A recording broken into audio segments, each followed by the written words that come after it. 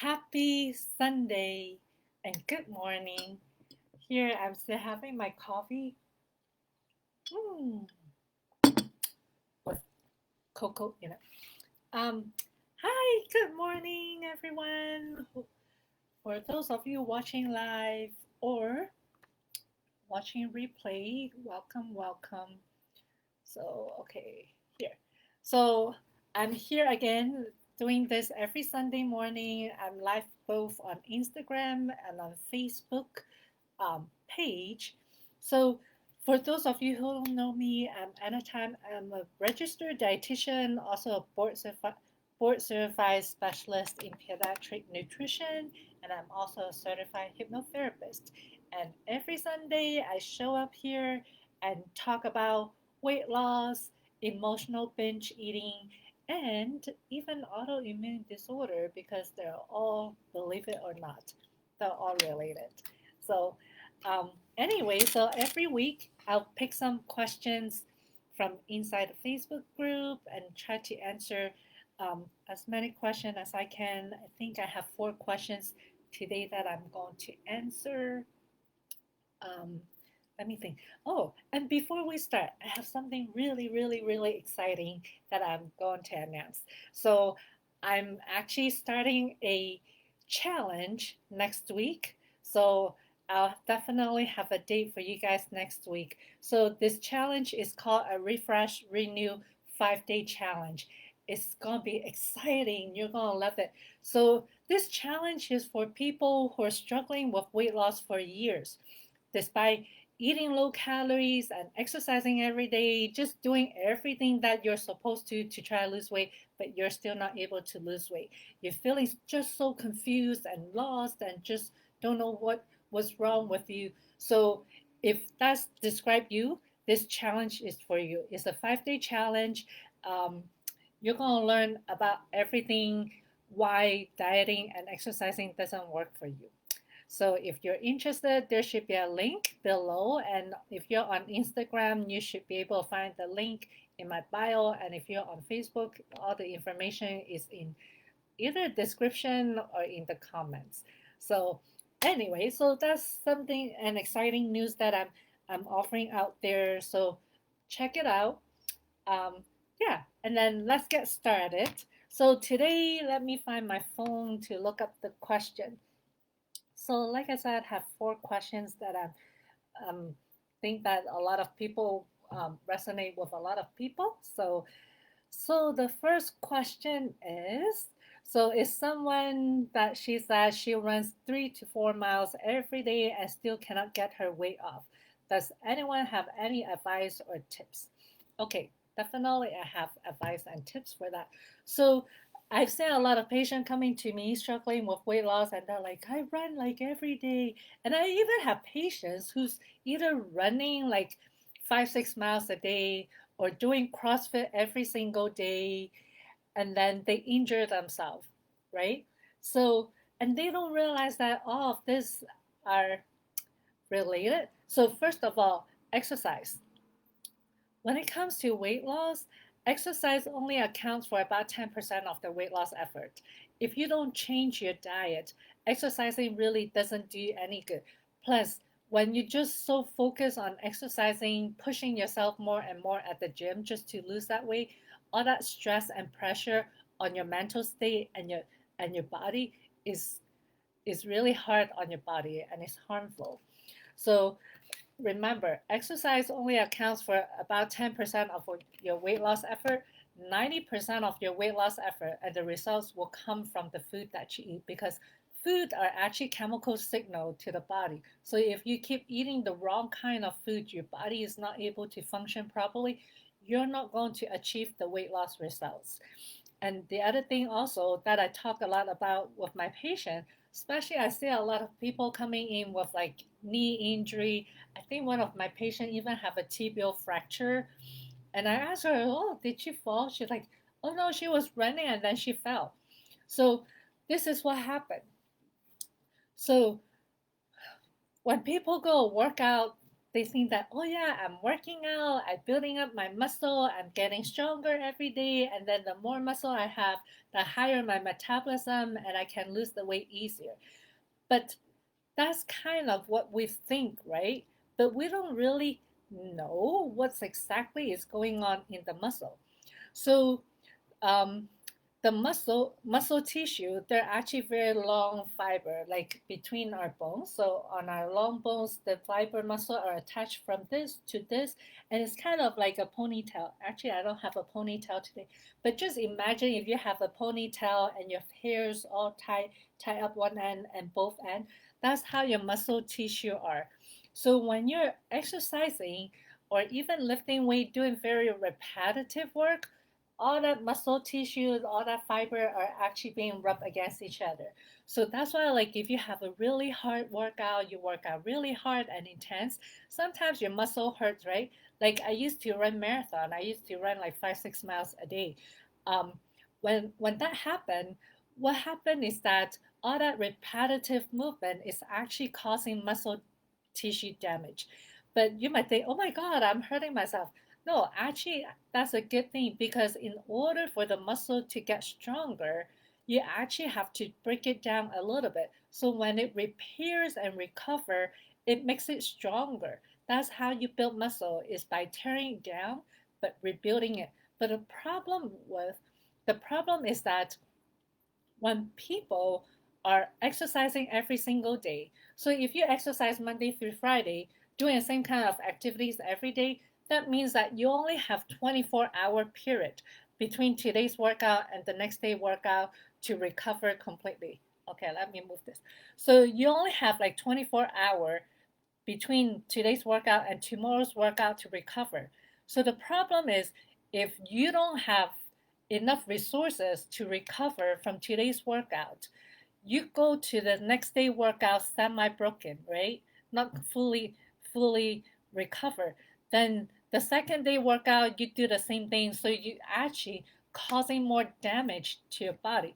So if you work out 5 days in a row and not completely fully recover from the previous workout, you're actually causing more damage. It's like more damage on top of all the damage over 5 days time. So, and that can be worse.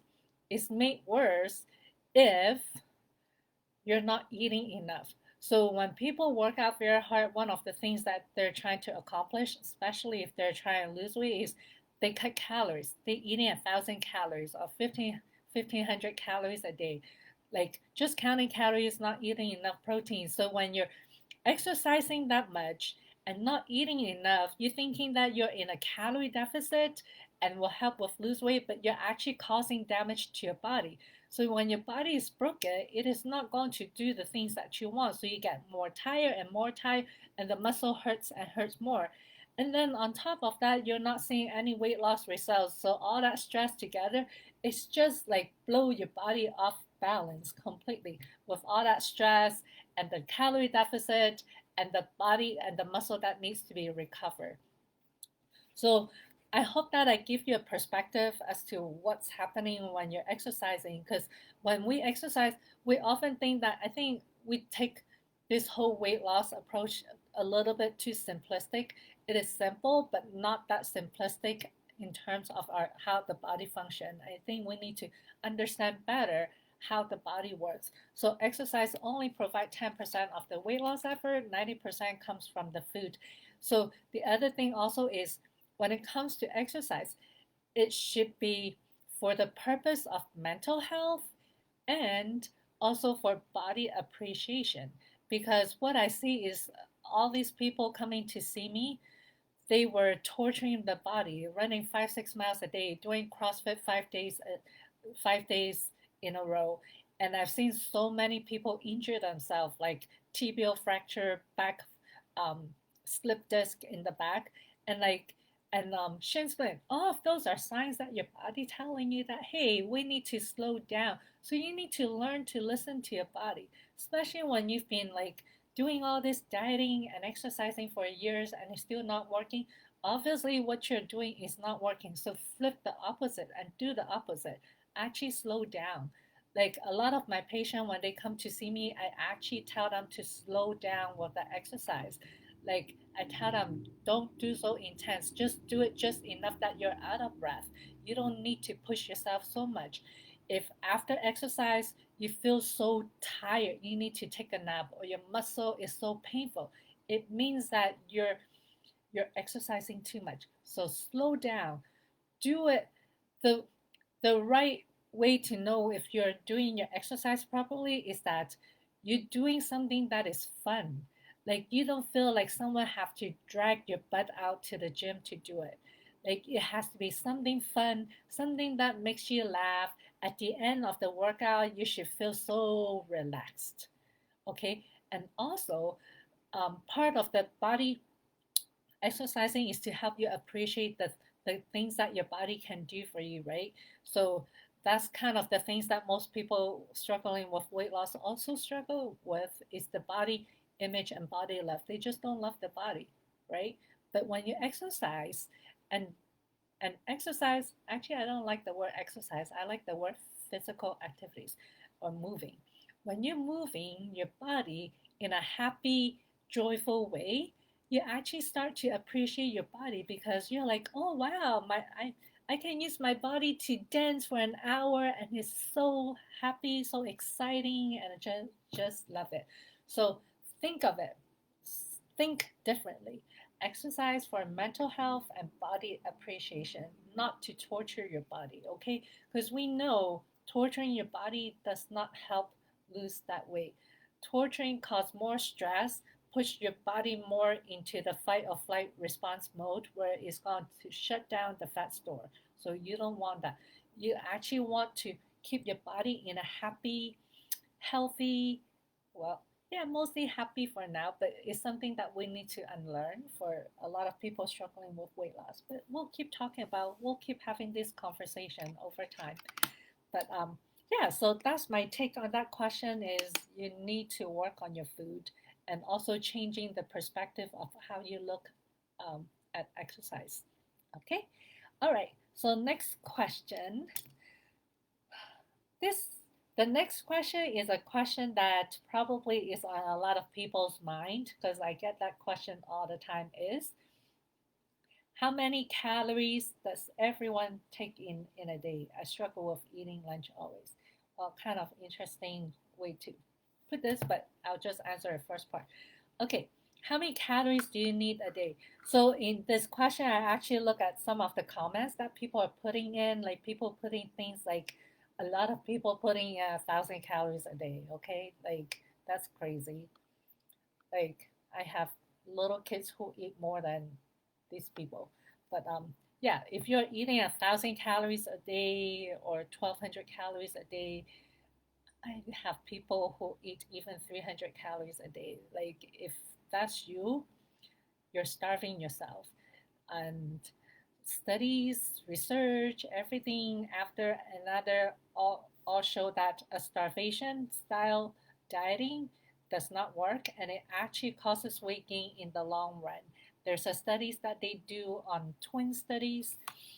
So they took, I think 12, I can't remember, 1,200 or 2,000, I think 2,000 set of twins. So these are all identical twins. So they put one twin on a diet, just like your typical diet, less calories, exercising more, and the other twin, they just leave them alone.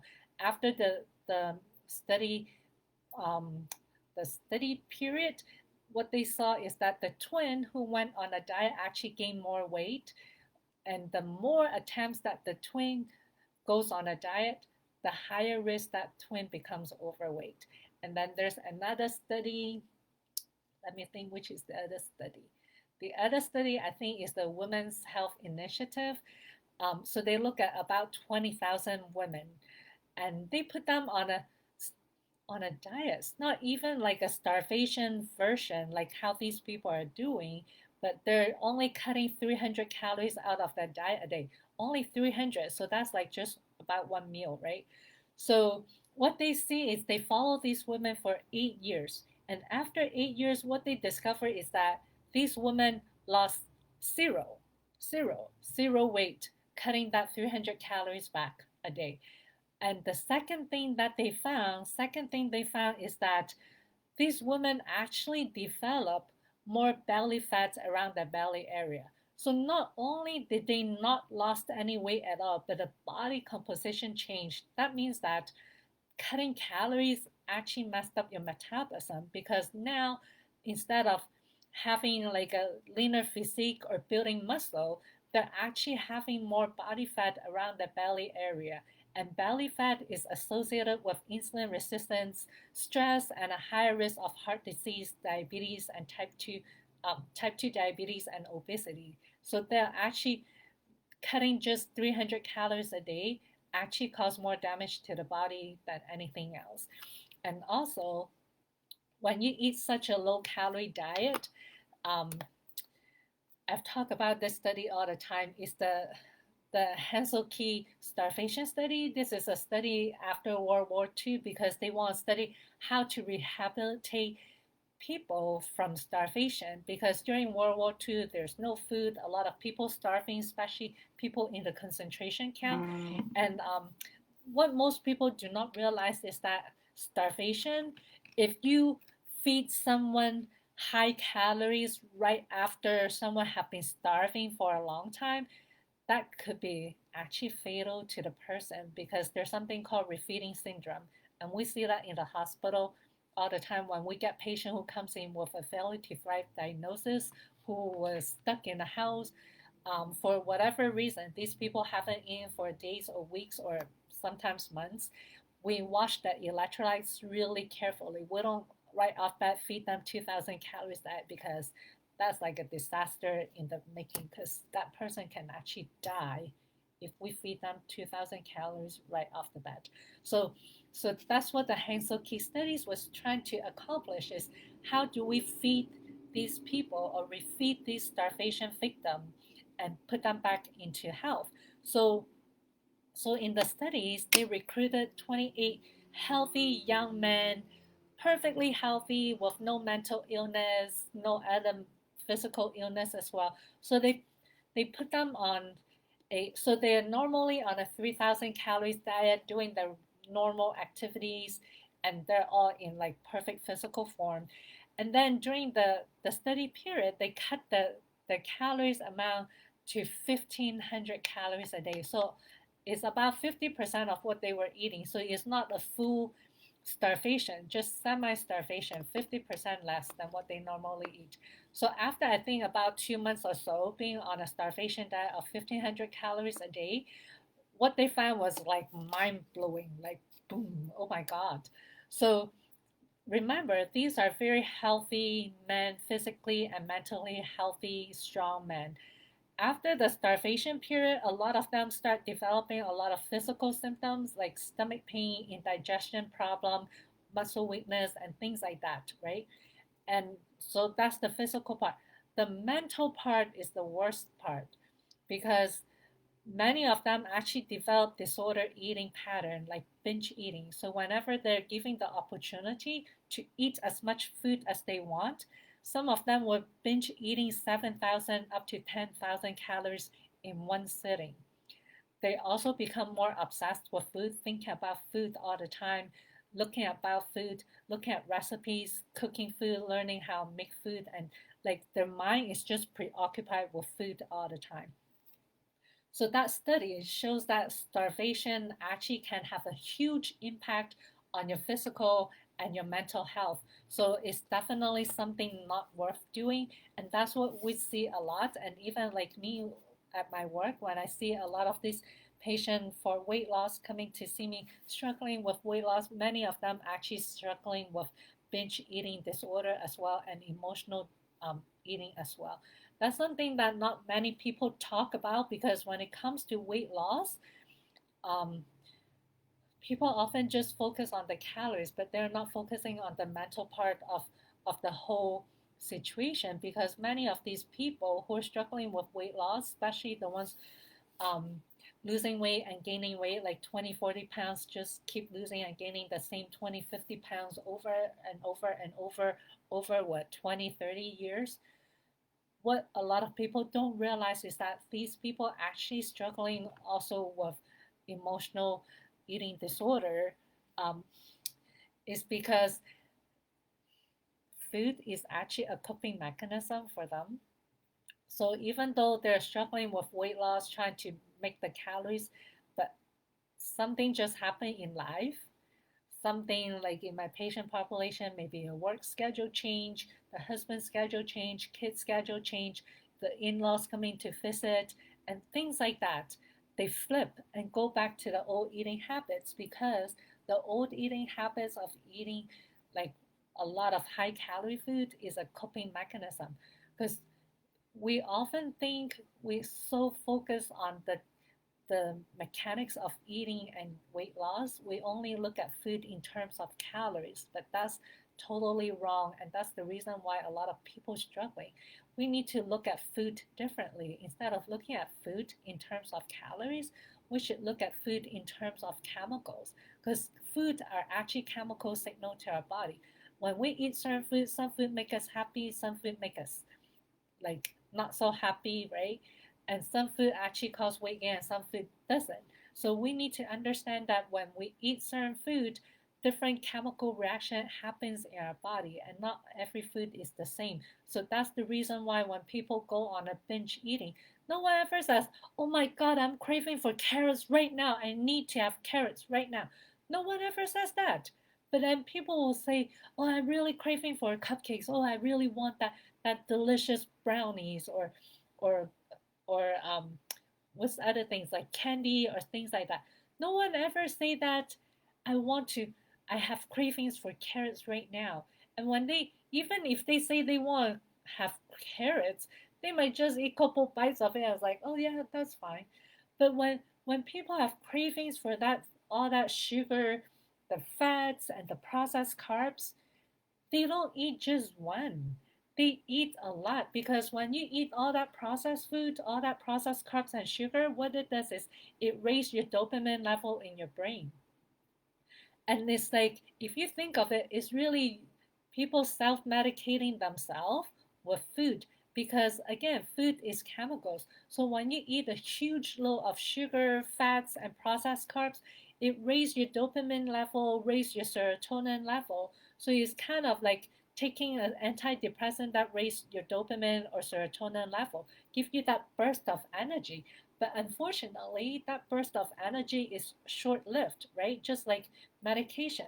So if you look at the binge eating in that sense, I hope I give you an idea that maybe there's something deeper that you need to look into when you have that emotional binge eating episode. Is like, what feelings are you try to um, suppress, or what feelings are you trying to bring back with the eating? Because when it comes to addiction, whether you're addicted to food, drugs, or alcohol, it's really not the food, drugs, or alcohol that you're addicted to. You're addicted to the feelings that the alcohol, drugs, or food gives you after you consume those products. Have nothing to do with food. I've been working with people struggling with eating disorder and weight loss for so many years. Like we know, every dietitian knows people struggling with eating disorder, whether it's binge eating or anorexia nervosa or any form of eating disorder, it has nothing to do with the food, but it is the food that is chosen as the modality for them to cope with whatever life situation that flips them into that stage. And it is the feeling of controlling food that makes them feel life have something in control, or to feel in control, or feel a sense of control in whatever that they feel out of control of. So we see that all the time, like in the hospital. A lot of times we put patient on epiol, like nothing by mouth, because they might have some kind of intestinal disease that they cannot put food into the body, or they are waiting for surgery. Like it's just so funny. Like all these patients who are on NPO not allowed to eat, they're all watching Food Network. Like every time I walk in, like the all the patients who are not allowed to eat, they're all watching Food TV Network because that's all they can think about is because they're starving. They could think about is food. So, and that's just actually happened to me this past week when I went to see a patient who I think he hasn't eaten for a long time, and oh yeah, he have some kind of intestinal surgery, so he cannot eat. So we put him on TPN, and first thing I asked him, "Hey, how you doing?" Like he's like, "I have been thinking about food the last few days." So yeah, I was like, "Well, you need to get yourself better so you can go out and have good sushi. Not you're not gonna get good sushi here." So, but yeah, so there's a lot of food is chemicals and food is also memory. So some people eat not because the food raises the chemicals in the brain, but it brings back old memories like they might remember their parents bringing them to an ice cream parlor and they're so happy and excited because they feel so special because the parents taking them out and spend that special time with them. Or sometimes it's just more of a rebellious, like some people will bring back eating feels free because their parents not allowed them to have any sweets at home. So whenever they get a chance to eat a lot of sweets, they feel that empowerment, that freedom, and feeling rebellious. So those are different kind of memories that food can bring back. So things to think about. Okay.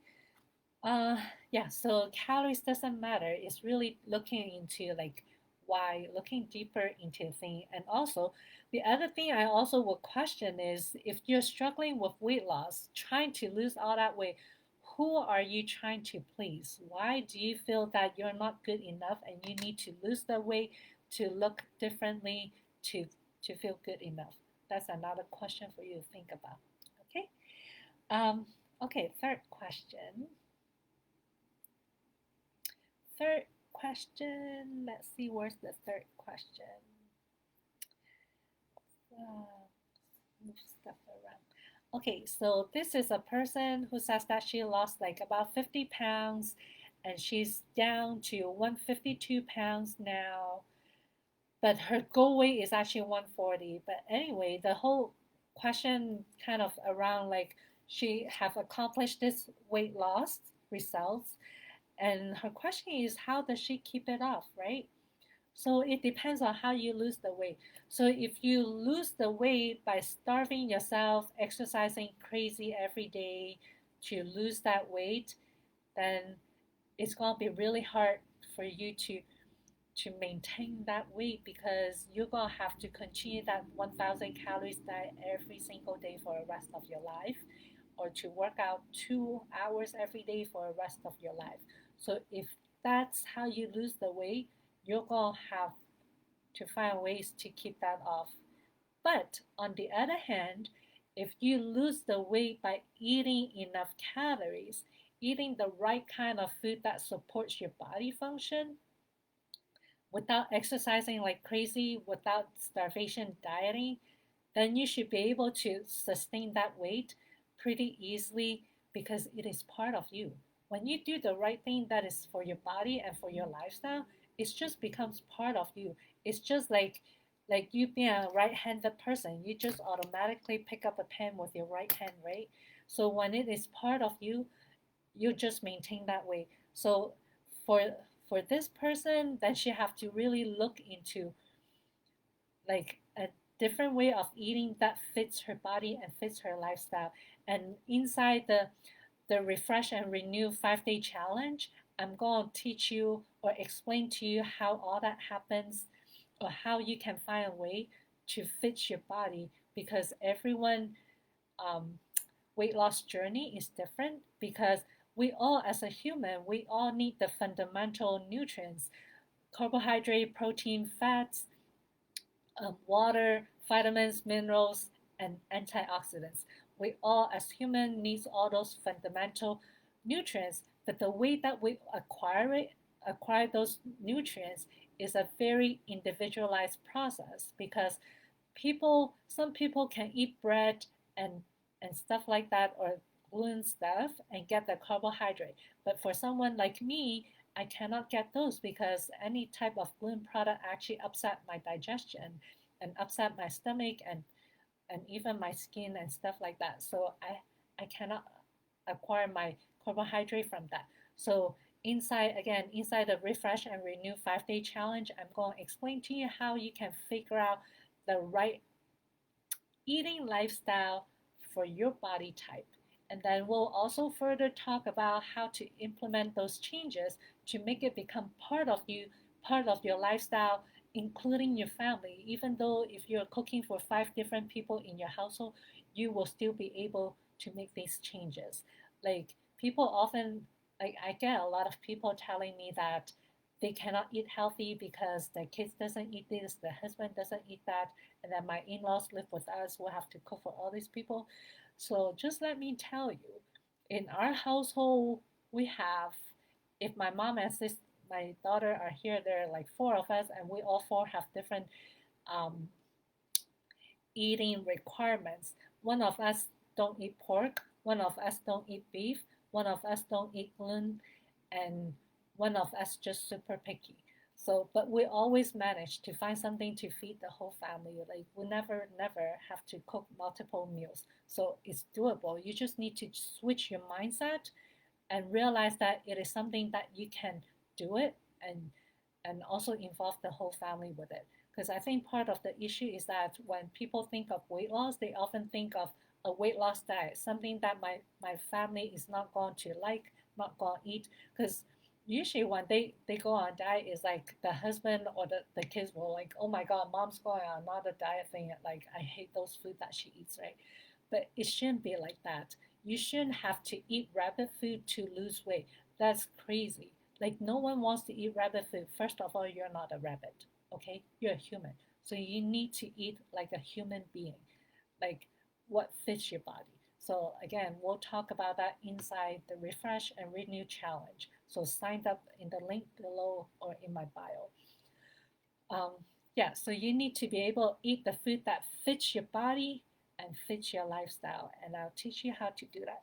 So, yeah, so that's my answer to that question on how to solve that weight loss to keep it off, because many people is able to lose the weight, and but unfortunately 95% of the people gain all that weight back plus some extra friends. So I'll also talk about the 5 different habits of the 5% of people who lost the weight and actually keep it up. Oh, actually, I should answer that now. So, um, so the 5 habits of the people, I'll try to do it from memories. So the 5 habits of the people, 5 habits of the 5% of people who lost the weight and keep it off, they do 5 things different than people who do crazy diets and torture themselves. So number one, they love the body. So when they love the body, they do things that actually fits their body, and they also listen to the body. So when the body says, hey, I'm hungry, they'll eat. And when the body says, oh, no, no, no, no, I don't like that food, don't give me that, they don't give the body that food. Okay, so then they listen to the body, they treat the body with love and respect, and they actually work with the body as a team. Second thing is they still indulge in like yummy food, fun food. The word I use is fun food. I like to call fun food. I like to have fun. So they indulge occasionally in fun food. So they don't just stuff their face with cookies or stuff like that. If they have cookies or cake, they eat just enough to get a taste of it and like, oh yeah, that's really good. That's all for us. And then number 3, they exercise for fun and mental health, not for torturing the body. Okay, so that's number 3. And then number 4, let me think what's number 4. Um, oh, they eat real food. They eat real food that fits their body. So that's kind of what I was talking about. Eating real food that fits their body and fits their lifestyle. They don't let the food control their lifestyle. And then number 5, I can't remember, and I don't have my notes here. Number 5, oh here, I actually have it. Oh yeah, number 5, very, very important, is they have a community that supports them. Like they have people that just love them for who they are, people who respect them, people who just treat them with respect and love and dignity. So if you have living in a situation where you have people who constantly comment on your weight, telling you that you're ugly, you're fat, that's not a very healthy environment for you. So these people, they often have a community that, or community or around people who love and cherish them. So, but if you don't have that, it's okay. You have us here. So just stay with us.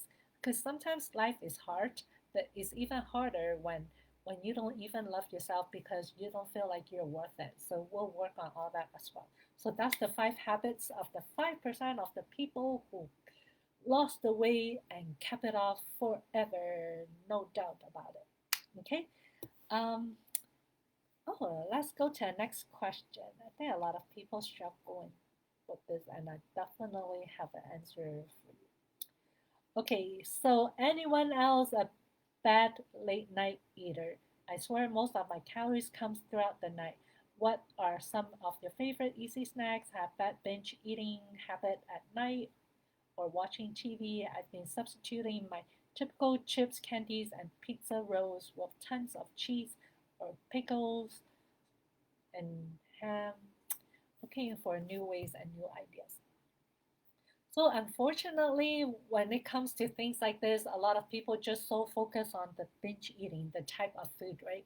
Rather than looking at what happened during the day, why she binge eating at night. What I can tell you from my experience is that a lot of times when people are binge eating at night is because during the day they're probably on a weight loss diet, eating barely anything.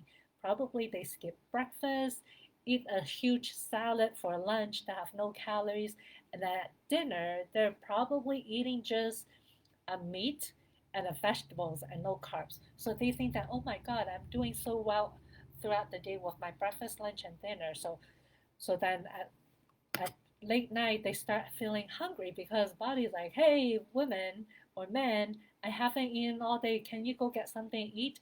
And when you're in that starving mode, you're not going to make good choices. That's why she explained that typically she have all these like typical binge food, right? Like your sugar, fats, and processed carbs. So candy.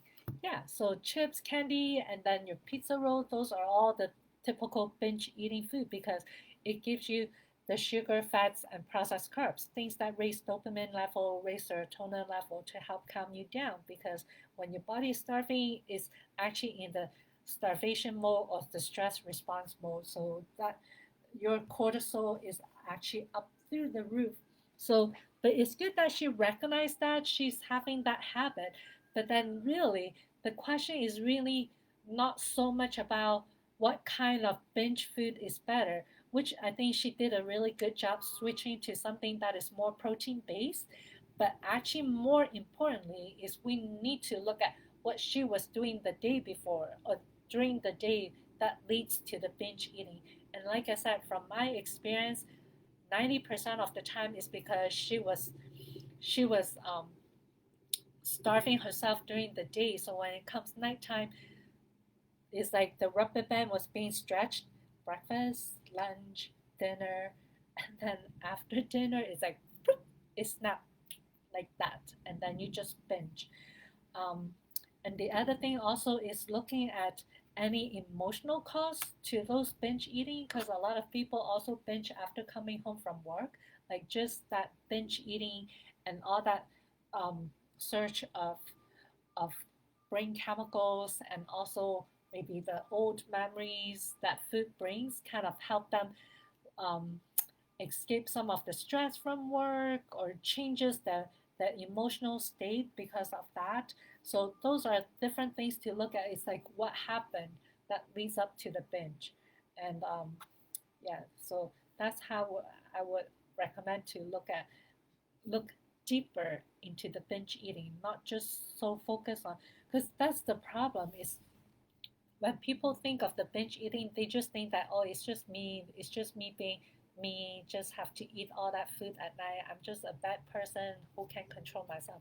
But the truth is, it's not you. Nothing to do with you.